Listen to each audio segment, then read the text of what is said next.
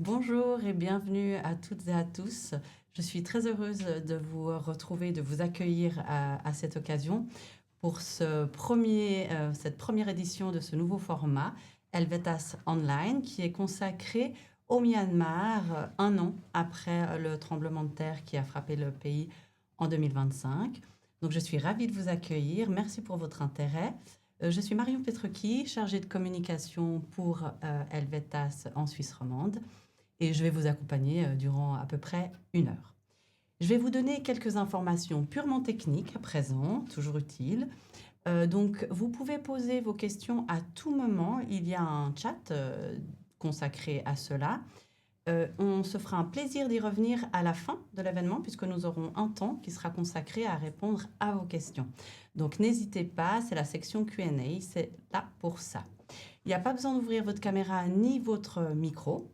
Et enfin, si vous rencontrez un problème, n'hésitez pas à peut-être sortir, fermer la fenêtre et vous reconnecter à nouveau ou alors utiliser un nouveau navigateur en copiant le lien dans un nouveau navigateur. En général, ça résout la plupart des problèmes.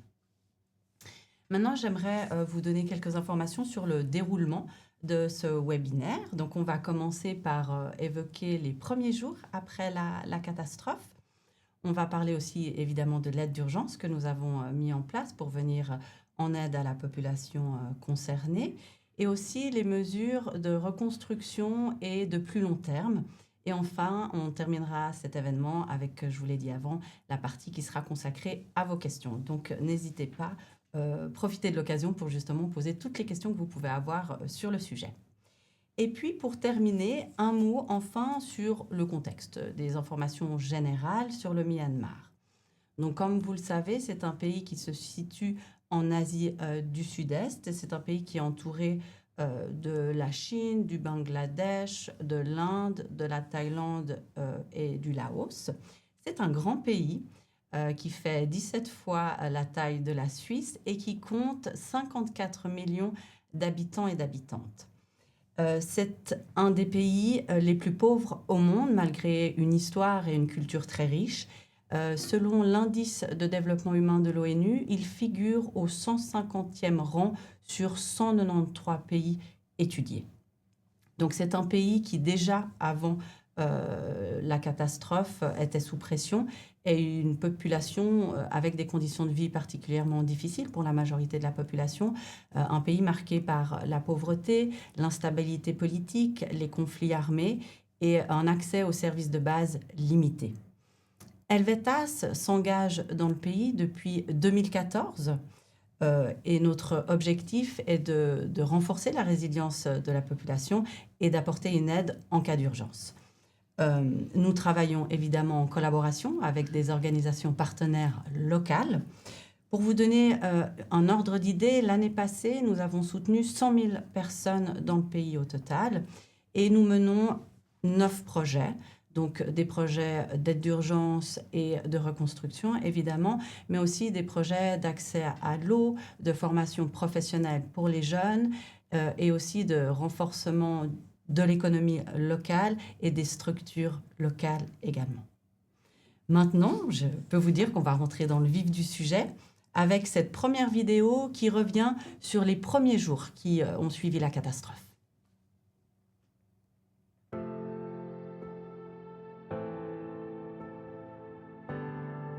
Le Myanmar est un pays avec des communautés très fortes, une culture riche et un quotidien fortement marqué par la solidarité. Beaucoup de personnes vivent dans des conditions modestes, souvent en lien étroit avec leur famille, leurs voisins et leur entourage immédiat.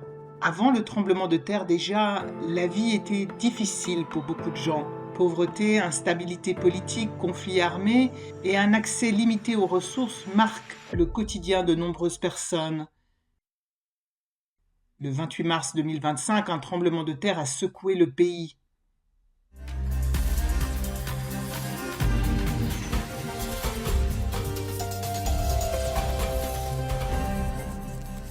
Mesdames, Messieurs, bonsoir. Bienvenue dans cette édition. Dans le 19h30, des images impressionnantes. La Birmanie, frappée par un violent séisme faisant près de 150 morts et des centaines de blessés. Et les secousses ont été ressenties en Chine et en Thaïlande. Des blessés qui arrivent par dizaines, entassés dans des pick-up. Puis soignés, à même le sol, près de l'hôpital de Naypyidaw. Le nombre de personnes touchées et l'état des destructions dans la capitale à plus de 250 km de l'épicentre témoignent de la violence du séisme. L'épicentre se trouvait à l'intérieur des terres. Les secousses ont fait de nombreuses victimes et ont causé des dégâts considérables aux habitations, au patrimoine culturel et au réseau d'approvisionnement en eau. L'aéroport a été fermé et les infrastructures de communication ne fonctionnaient plus. Helvetas a apporté une aide d'urgence à la population touchée. Helvetas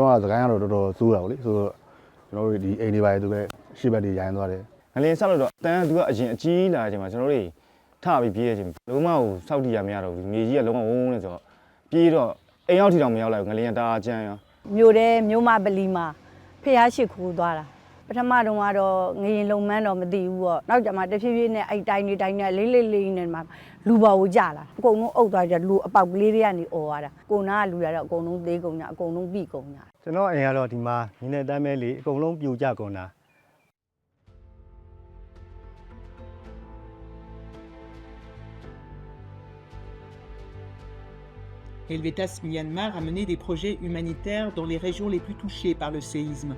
Sur place, une aide d'urgence a été apportée afin de répondre aux besoins essentiels des communautés touchées. De petits et de grands projets de reconstruction de logements ont été soutenus. Au cours d'une première phase d'aide d'urgence, des aides financières en espèces ont été distribuées de manière ciblée à environ 7200 ménages, soit à plus de 36 000 personnes. Cette forme d'aide d'urgence dans les zones difficiles d'accès a fait ses preuves dans le monde entier.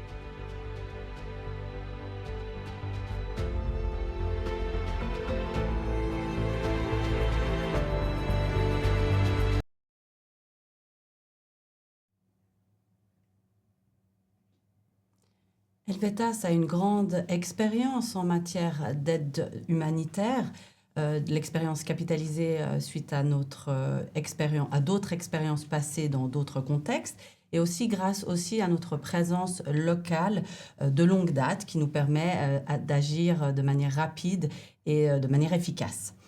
Ma collègue Christina Cortellini a réalisé une interview avec Christian Gemperli et Kamlesh Vyas sur cette thématique. On les écoute.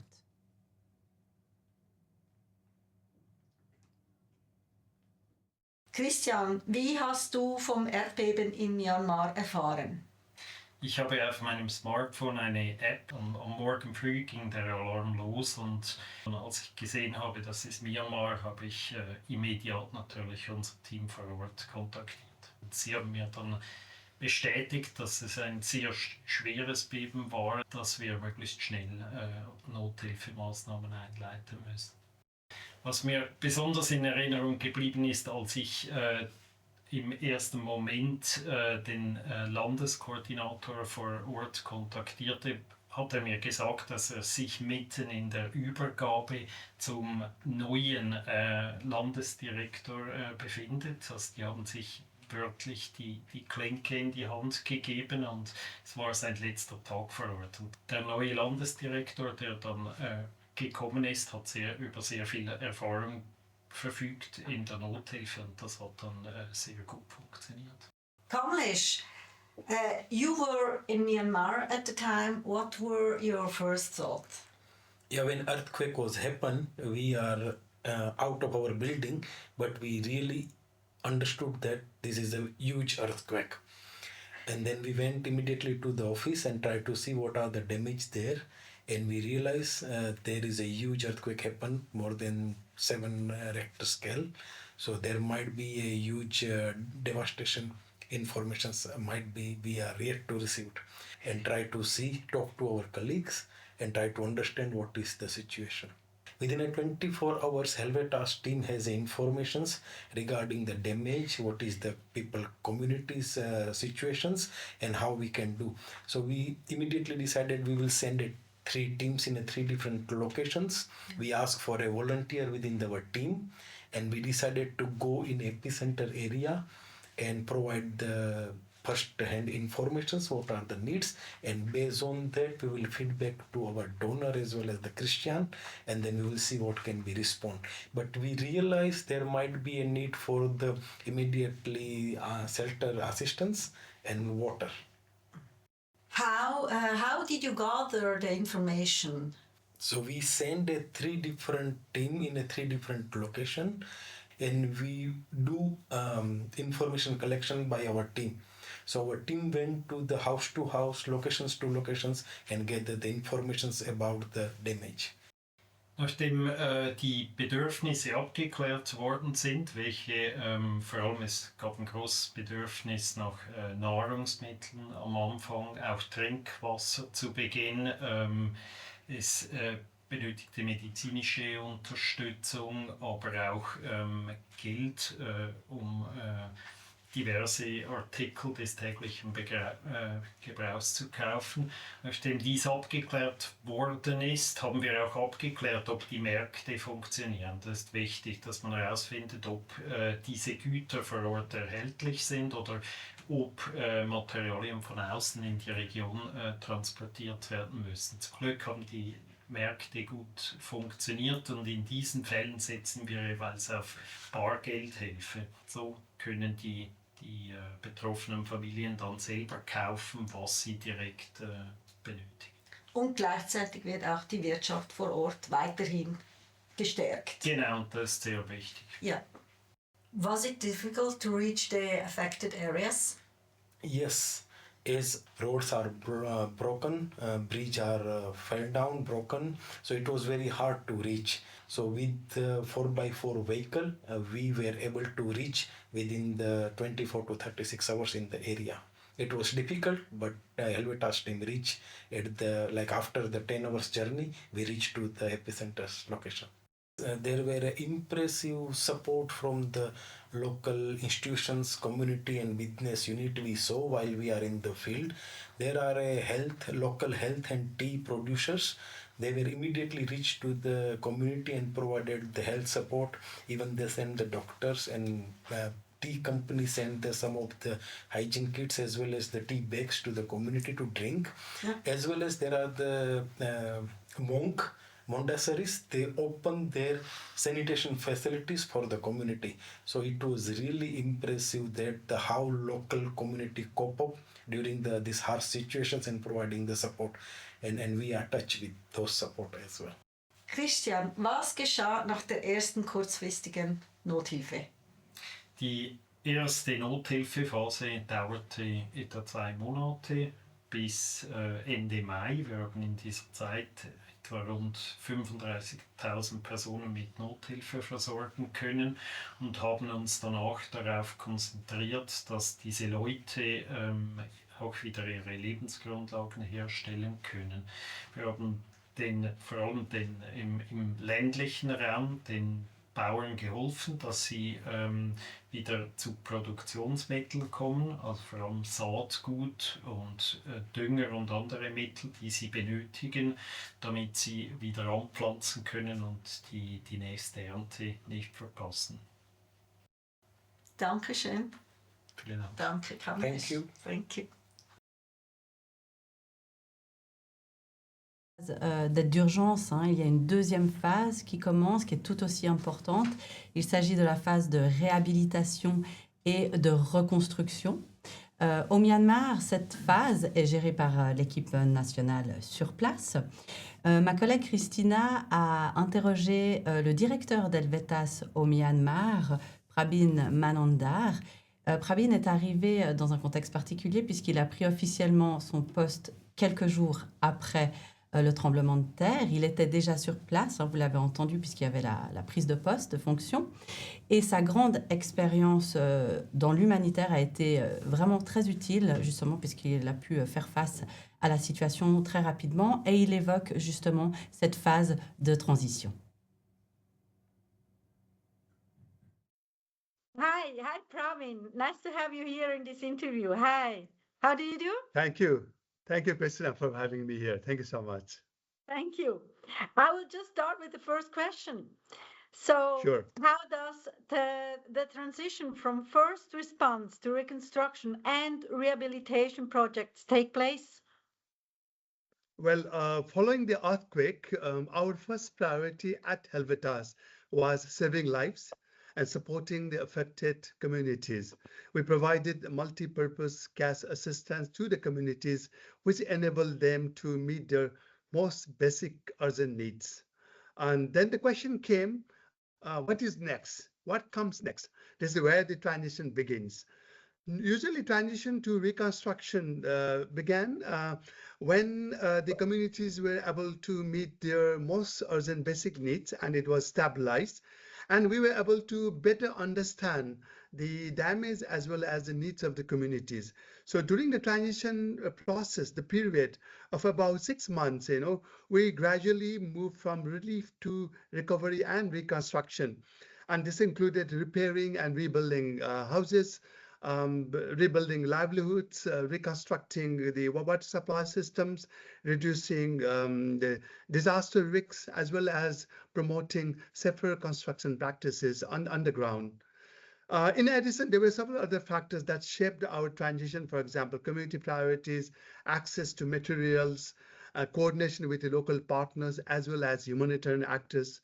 And particularly in the case of the Mandalay, which is the epicenter, we observed the fact that the transition was not linear. So where we see the relief and recovery overlapped because we were dealing with the context which was affected by conflict and displacement.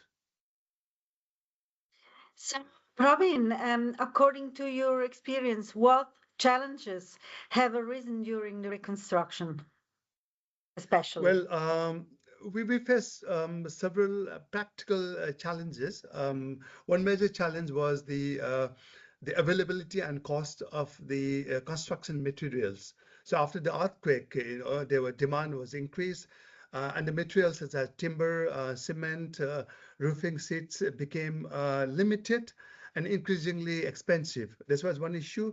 Second one was the technical capacity.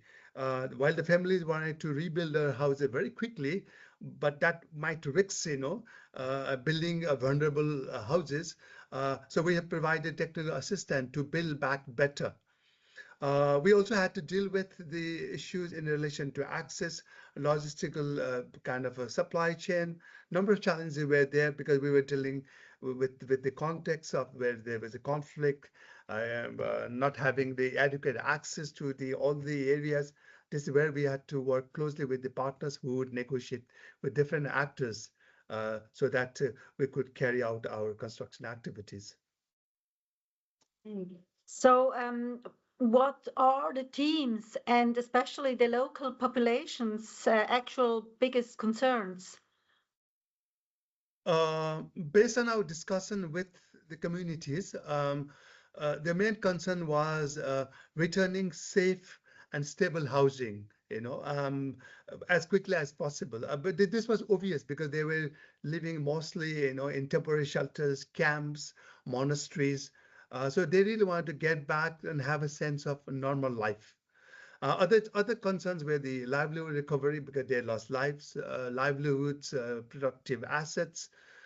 So we made sure that we had an integrated approach and we deal with the shelter reconstruction as well as houses, livelihoods, as a broader recovery process to strengthen their resilience.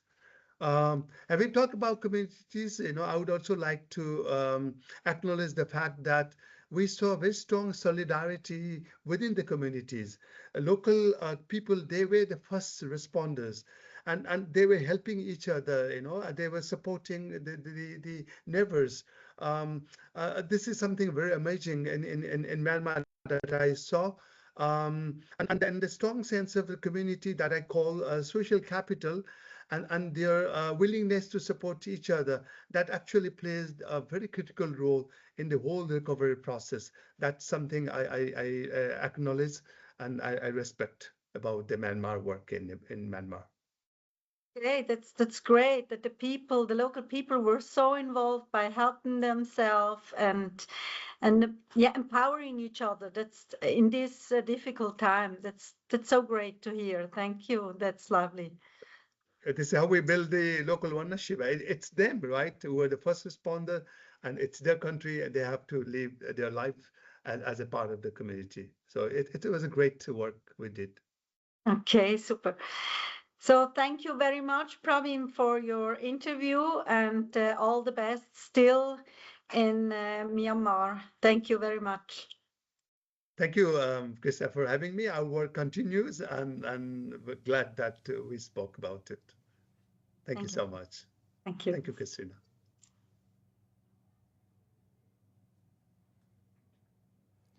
On a parlé des processus, du déroulement beaucoup. Maintenant, concrètement, qu'avons-nous fait pour soutenir la population en matière de reconstruction? Donc, dans la vidéo qui suit, nos collègues d'Helvetas Myanmar nous en disent un petit peu plus sur les projets qui ont été mis en œuvre.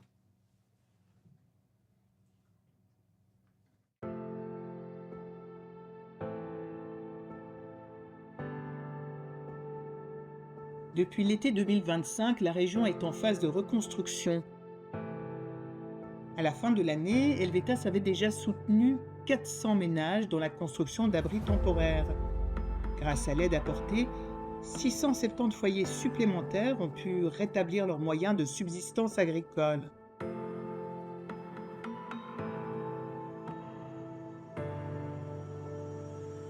Je suis Helvetas Myanmar project manager ပါနာမည်ကတော့ Judith လို့ခေါ်ပါတယ် Manly base ပါဒီမှာတော့ Helvetas Myanmar အနေနဲ့ဒီငလင်ဖြစ်ပြီးရဲ့နောက်ပိုင်းမှာပထမအဦးဆုံး response အနေနဲ့ကကျတော့ MPCA ပေါ့နော်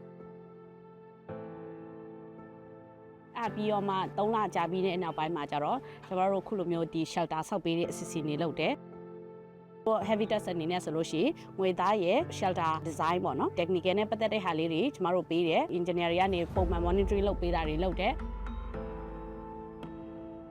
ပြီးတော့လို့ရှိရင်ကျမတို့ရွေးချယ်တဲ့နေရာမှာလည်း pilot project အနေနဲ့ကျမတို့ in ပေးတဲ့အစီအစဉ်လေးတွေလုပ်တယ်တချို့ရွာတွေမှာကျတော့ကျမတို့ wash နဲ့ပတ်သက်တဲ့ဟာလေးတွေလုပ်တယ်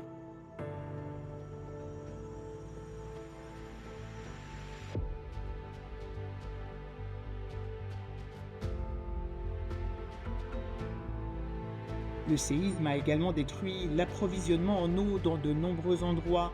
Dans 12 villages, les réseaux d'approvisionnement en eau ont été réparés. Ces travaux comprennent notamment l'installation de tuyaux, la réparation de points d'eau, la construction de réservoirs, ainsi que des mesures de sensibilisation complémentaires visant à prévenir la propagation de maladies. မင်္ဂလာပါရှင်ကျွန်မနာမည်ကချူချူဆန်းလို့ခေါ်ပါတယ်ကျွန်မ Helvetas Myanmar က technical coordinator အဲ့ဒီအချိန်မှာပြန်ပြီးတော့နလန်မထူနိုင်တဲ့အချိန်မှာသူတို့ရွာလေးကတောက်သုံးရေပေါ့တောက်ရေသုံးရေအတွက်ကိုတခြားရွာကနေပြီးတော့ရေယူနစ်ကိုတယူနစ်ကို1500နဲ့ပေါ့နော်ဝယ်သုံးနေရတဲ့အချိန်တွေဖြစ်နေတာပေါ့ဒီရွာမှာအကောင့်တွေဖော်တဲ့အစီအစဉ်မှာဆိုရင်ကြေးရွာလေးရဲ့ဝေးတဲ့နေရာလေးမှာရေတွင်းရှိတယ်သို့ပေမဲ့ကြေးရွာထဲမှာရေတွင်းမရှိဘူးအဲ့ဒီကရေကိုဒီကိုရောက်ပြီးတော့မရှိတဲ့အတွက်ကျမတို့ကစီစဉ်လိုက်တာကသူတို့မှရှိနေတဲ့ရွာပြင်ကနေပြီးတော့ရေတွင်းကနေကျမတို့ပိုက်သွယ်လိုက်မယ်ပိုက်သွယ်ပြီးတော့ဒီမှာ ground tank တစ်ခု collect လုပ်ဖို့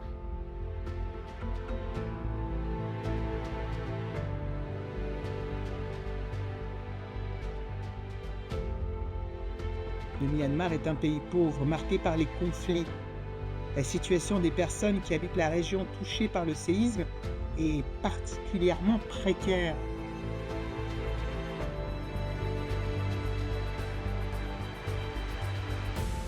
Et en 2026, la reconstruction se poursuit.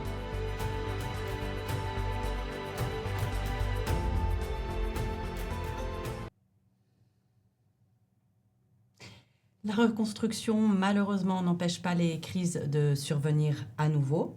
Ce qui est très important, c'est la combinaison d'une aide d'urgence, de développement à plus long terme et aussi de promotion de la paix.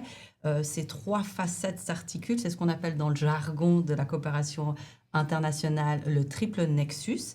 Et pour en parler, j'ai à côté de moi Séverin Hubert. Merci beaucoup d'être avec nous en ce moment. Tu es coordinateur régional pour le Myanmar et spécialiste de la question. Et j'aimerais justement te poser une première question. Helvetas est présente depuis 2014, on l'a dit, au Myanmar.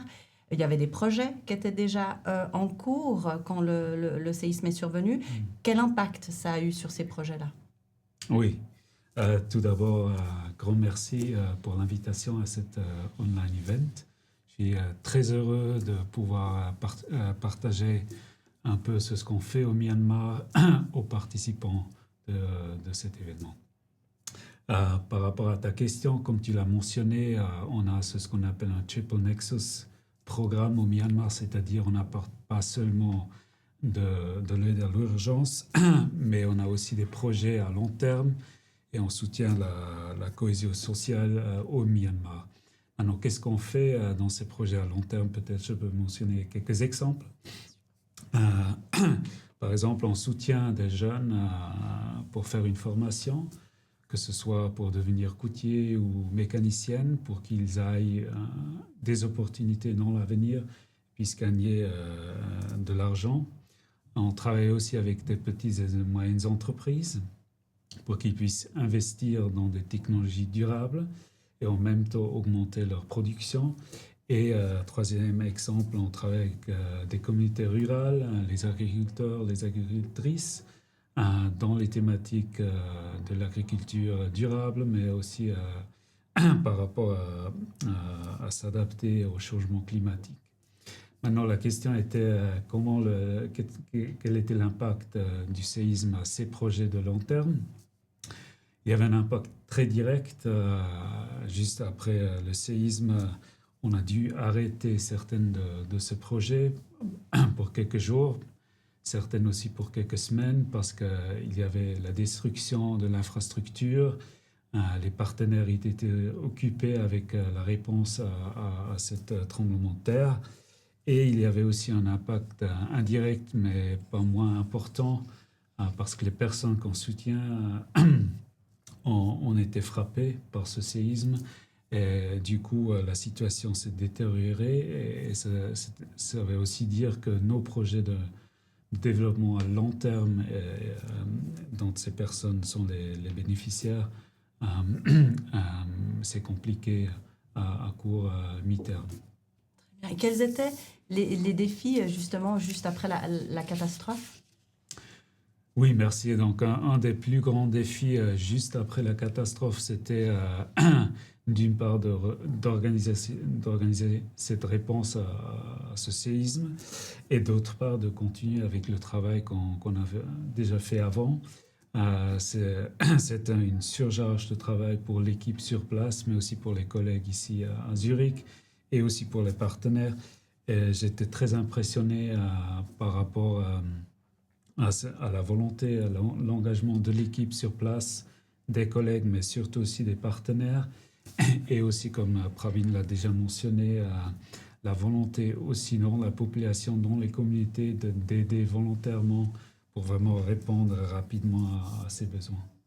Très bien. Alors, on l'a évoqué, hein, donc nos programmes comportent ces 3 facettes, on va dire, hein, aide d'urgence, reconstruction, promotion de la paix. Et comment être sûr finalement que aide d'urgence et reconstruction dans ce cadre-là renforce la résilience des populations sur le long terme? Comment être sûr que c'est utile? Ouais. Comme c'était mentionné par mes collègues et dans cette émission, d'abord c'était vraiment la réponse à l'urgence.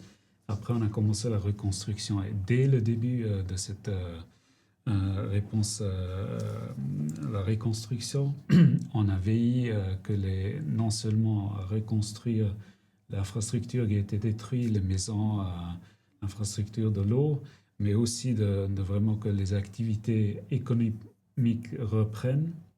Donc, on a soutenu les partenaires, que ce soit les agriculteurs ou les petites entreprises. Peut-être je peux mentionner 2 exemples. Une était déjà un peu évoquée par Christian, mon collègue. Donc, dans un projet qui est vraiment qui était proche du centre du tremblement de terre, on a soutenu les communautés rurales, par exemple avec des semences, mais aussi des engrais, pour que la récolte n'est pas perdue ou pour qu'ils puissent de nouveau faire leur travail pour avoir une récolte. Et le deuxième exemple, c'était vraiment un soutien à ces petites et moyennes entreprises qui étaient frappées le plus. Et là, on a donné un soutien financier pour qu'ils puissent reconstruire quand l'infrastructure a été détruite ou reprendre certaines activités. Très bien. On le voit, donc un mélange d'urgence et de moyens à plus long terme. Et que faut-il finalement pour que ces trois facettes d'une même médaille, ou enfin ces trois facettes, s'articulent correctement et que ça fonctionne? Oui, merci aussi pour cette question. Comme je l'ai déjà mentionné dans les exemples, il faut cette approche Triple Nexus. Mais à côté de l'approche programmatique, il faut aussi des facteurs opérationnels. Il faut certainement une présence à long terme dans le pays pour avoir les partenaires, pour avoir les réseaux, pour pouvoir répondre rapidement quand il y a une crise, comme ce tremblement de terre. Il faut aussi des équipes qui sont compétentes, non seulement dans l'aide à l'urgence, mais aussi dans des projets à long terme. Et ces équipes, ces différents collaborateurs doivent collaborer vraiment étroitement ensemble pour que les différents facteurs se renforcent. Et finalement, il faut, très important, des partenaires qui sont sur place, qui ont aussi accès aux personnes dont il est parfois difficile d'avoir accès, qui ont le savoir local pour vraiment ancrer cette réponse et ces trois facteurs dans le contexte local et aussi faire en sorte que toutes les interventions sont durables. Très bien. Et une dernière question. Quels seraient tes souhaits pour la suite? Oui, merci aussi pour cette question. Mes souhaits pour la suite, c'est vraiment que Helvetas puisse continuer à soutenir les personnes au Myanmar malgré les circonstances qui sont difficiles, ensemble avec les partenaires, et que ces personnes puissent non pas seulement couvrir leurs besoins fondamentaux, mais aussi puissent réaliser leurs rêves. Tout à fait. Merci beaucoup pour toutes ces explications, mais Merci. Tu restes avec nous puisque maintenant nous avons la partie qui vous est consacrée. C'est le moment où vous avez l'occasion de poser vos questions. C'est ma collègue Julia, que vous ne voyez pas, mais qui est là dans les coulisses et qui gère tout ça. Alors Julia, est-ce que nous avons déjà reçu des questions? Oui, on a des questions assez intéressantes. Tout d'abord, comment Helvetas s'assure-t-elle, dans un contexte aussi difficile que celui du Myanmar, l'aide parvienne réellement aux personnes qui en ont le plus besoin? Alors je te laisse répondre. Merci Julia. Oui, c'est une bonne question. Donc, d'abord, peut-être je continue sur ce que je mentionnais. C'est important d'avoir les partenaires qui ont vraiment accès aussi à ces personnes dont l'accès est difficile pour vraiment distribuer l'aide à ceux qui ont le plus besoin. Après, c'est important d'avoir des critères clairs par rapport à qui reçoit l'aide, qui ne reçoit pas l'aide. Donc là, on a aussi des critères très clairs. Après, une fois cette aide est arrivée, on fait un monitoring, on dit en anglais, une analyse. Une analyse. On voit qui est fait. On fait aussi des appels à ces personnes qui profitent ou qui reçoivent cette aide. Et dans le jargon, ça s'appelle Post-Distribution Monitoring. Et avec toutes ces mesures, on est capable d'assurer que vraiment l'aide est reçue par les personnes qui ont le besoin le plus. Merci beaucoup. Julia, est-ce qu'il y a une autre question? Pourquoi est-ce que vous privilégiez une aide financière en espèces et comment être sûr que l'argent est bien utilisé? Oui, merci aussi pour cette question. Donc, pourquoi une aide financière? C'est une approche qui est pratiquée dans beaucoup de contextes. Il y a beaucoup d'études là-dessus. On a vu que tout d'abord, ça redonne une certaine autonomie aux personnes qui sont frappées par la crise. Ils peuvent choisir eux-mêmes ce qu'ils veulent acheter, ce qu'ils ont besoin le plus. Deuxièmement, c'est très efficace. Si les marchés fonctionnent comme Christian, mon collègue, l'a mentionné, parce qu'il ne faut pas apporter, par exemple, la nourriture, les personnes puissent acheter dans le marché la nourriture et on n'intervient pas non plus dans le marché même. Donc, on fait en sorte que le marché continue à fonctionner. Ça, c'est aussi un aspect important. Et peut-être un troisième aspect important, c'est de redonner une certaine dignité à ces personnes, parce de pouvoir acheter ce dont ils ont besoin, donne une certaine autonomie et dignité. Et puis, ça permet aussi aux personnes de vraiment acheter ce qui est nécessaire et peut-être pas tout le monde a les mêmes besoins. Peut-être il y a des besoins pour des enfants ou de médicaments. Voilà. Et ça permet vraiment de cibler au mieux. Ouais. Très bien, merci beaucoup. Julia, est-ce que nous avons d'autres questions? Oui, on a encore autre question, beaucoup de questions en fait. On demande, les communautés ont reçu du cash juste après le séisme, mais les denrées alimentaires ou autres articles de première nécessité étaient-ils disponibles dans les zones les plus touchées ou y a-t-il eu des pénuries dans les premiers jours? Oui, merci aussi pour cette question. Comme je l'ai déjà mentionné, les marchés ont encore fonctionné. Donc les marchés, c'est là où on pouvait trouver de quoi manger ou des biens de première nécessité. De l'eau, du matériel pour des abris temporaires, ainsi de suite. Donc même si c'était des circonstances difficiles, même s'il y avait de la destruction dans l'infrastructure, les marchés ont quand même encore fonctionné plus ou moins. Donc les personnes ont pu acheter ce qu'ils ont eu besoin le plus. Il n'y a pas eu de pénurie à ce moment-là? Pas trop, c'est ce qu'on nous on a vu. D'accord, très bien. Merci. Et en continuant à parler de pénurie, apparemment le Myanmar est touché par le manque de carburant compte tenu du blocage actuel du détroit d'Ormuz. Comment cela affecte-t-il les activités de reconstruction actuelles? Oui, très bonne question. Je pense que ce que nous, c'est ce que notre équipe ressent tous les jours, c'est que les prix ont vraiment augmenté comme dans d'autres pays. Ça veut dire le carburant est devenu plus cher, les transports sont devenus plus chers et ça fait en sorte que beaucoup de choses sont devenues plus chères. Par exemple, le matériel dont on en a besoin pour la reconstruction est devenu plus cher. C'est-à-dire aussi que les budgets ils restent les mêmes pour les projets et ça veut dire qu'on puisse faire moins de ce qu'on a planifié. Donc ça, c'est un impact direct et bien sûr, c'est un grand impact aussi pour les personnes qu'on soutient dans leur quotidien quand ils achètent de la nourriture ou autre. Tout est devenu plus cher et ça se ressent. Donc j'imagine que c'est une évolution que vous allez suivre de près. Oui, on n'a pas de choix, donc on doit s'adapter, on doit continuer même avec ces circonstances. C'est ce qui marche assez bien jusqu'à l'heure, mais on voit un impact assez sévère de ces augmentations des prix et de la restriction sur le carburant. D'accord, merci beaucoup. Julia?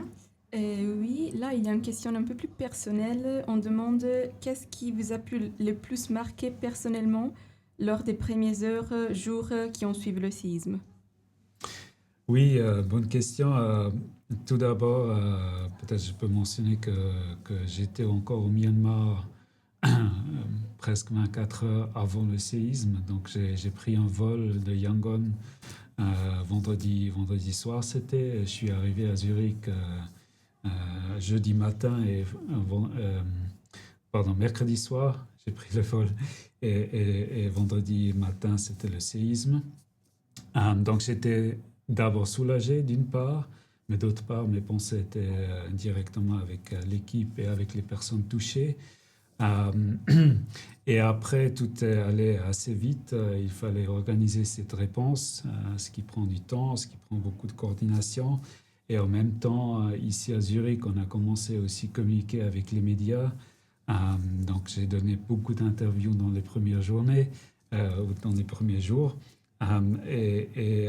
C'était intense, mais c'était aussi gratifiant dans le sens que je savais toujours que voilà, tout ce qu'on fait, c'est au final pour aider à ces personnes qui étaient frappées par le tremblement de terre. Donc c'était une période très intense, mais aussi une période motivante. Il y avait si beaucoup on de peut sens. dire ça, ouais. Et est-ce que la communication avec l'équipe a toujours été possible ou est-ce qu'il y a eu des problèmes de connexion, ça a été difficile? Il y avait des défis de connexion et de communication avec les collègues qui étaient dans les zones les plus touchées et surtout aussi avec les partenaires et avec les personnes touchées. À Yangon, dont la plupart de l'équipe est, il n'y avait pas vraiment de problème de connexion, heureusement. Donc, on a pu vraiment communiquer étroitement avec l'équipe et organiser cette aide à l'urgence. Très bien, merci beaucoup. Julia, je vous repasse. Oui. Il y a une dernière question. Comment Helvetas s'assure-t-elle qu'il n'y a pas de doublon de l'aide, que certains reçoivent plusieurs aides et que d'autres se retrouvent sans soutien? Et comment se déroule la coordination avec les autres acteurs? Oui, merci aussi pour cette question. Je pense que c'est une question importante. Donc, il faut beaucoup de coordination. C'est un système assez complexe à différents niveaux. Mais pour le simplifier, c'est-à-dire au niveau national, il y a une coordination qui est organisée par l'ONU avec le gouvernement et les partenaires à cette réponse. Et aussi au niveau sous-national et après au niveau des communautés, il y a une coordination surtout aussi avec ces communautés. Donc toujours quand on apporte de l'aide, on coordonne avec ces différents acteurs et avec ça on peut être sûr qu'il n'y a pas une duplication de ce qu'on apporte. D'accord, très bien. Merci beaucoup. Julia? Oui, il y a une autre question. Ça continue? Oui, il y a beaucoup de questions en fait. Et on demande quel a été l'impact sur les populations les plus fragilisées, telles que les Rohingyas ou les populations en opposition à la junte au pouvoir. Oui, merci aussi pour cette question. Par rapport aux Rohingyas, c'est une population qui habite surtout une zone en nord-ouest du Myanmar, à la frontière avec le Bangladesh. Et heureusement, c'est une zone qui n'était pas trop frappée par le séisme. Le séisme était vraiment au centre du pays, autour de Mandalay, avec jusqu'à Naypyidaw. Donc, eux, ils étaient heureusement pas trop frappés. Par rapport aux populations qui sont opposées au gouvernement actuel, il y a en fait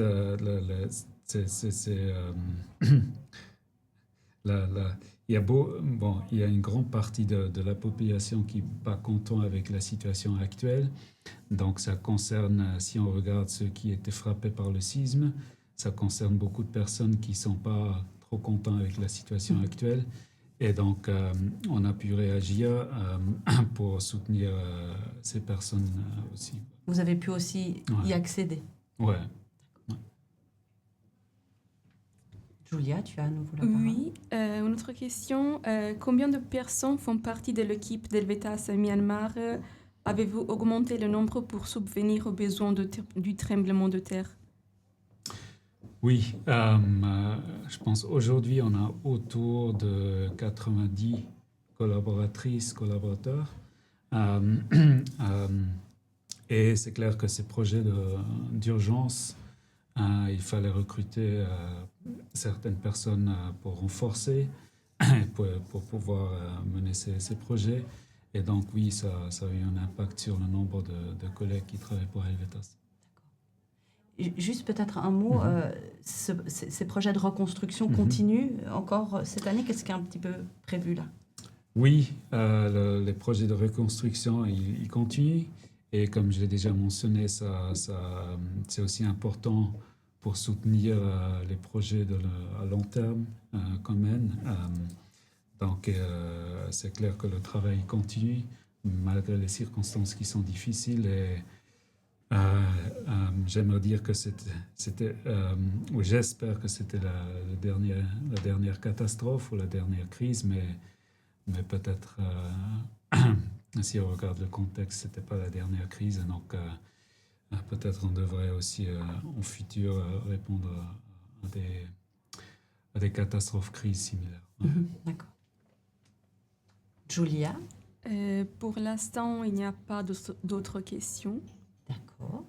Alors, n'hésitez pas, c'est la dernière occasion. Si vous avez une dernière question que vous souhaitez poser, c'est le moment.